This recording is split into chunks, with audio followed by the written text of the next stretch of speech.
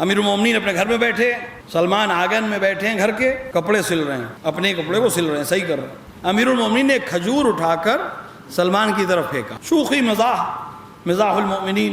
جناب سلمان نے کہا کہ یا علی، میں بوڑھا، آپ جوان، بوڑھے سے مذاق کر رہے ہیں۔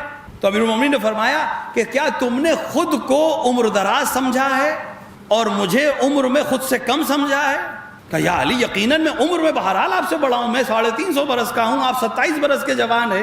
کہا امیر المومنین نے پھر دشت ارجند کو بھول گئے؟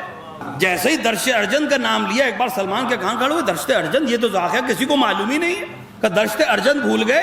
کیا ہوا تھا وہاں؟ کہاں جب میں نکلا تھا اپنے ملک سے، اپنے شہر سے، اصفہان کے نزدیک کے گاؤں سے، تو میں ایک دریا کے پاس غسل کے لیے گیا اور میں نے وہاں غسل کے بعد جب باہر نکلنا چاہا تو شیر کو دیکھا جو باہر کھڑا تھا، تو میرے اندر جرأت نہیں رہ گئی میں باہر آؤں، لہٰذا میں نے خدا سے دعا کی کہ تجھے واسطہ اسی حق کا جس کی تلاش میں میں نکلا ہوں، میری جان کو تو بچا لے، اس حق کا واسطہ جس کی تلاش میں میں نکلا ہوں، میری جان کو اس شیر سے بچا لے۔ جیسے ہی میں نے یہ دعا کی، ایک جوان وہاں آیا، شیر نے جب اس جوان کی طرف دیکھا، ایک بار اپنے سر کو جھکایا، قدموں کو چوما اور اس کے بعد چلا گیا۔ کہا اس کے بعد تم نے کیا کیا؟ کہا میں نے وہاں سے جو جنگلی پھول تھے ان سے ایک گلدستہ بنایا اور اس جوان کو دے دیا۔ علی مسکرائے، ایک بار اس گلدستے کو سامنے کیا، سلمان کیا یہ وہی گلدستہ ہے جو دیا تھا؟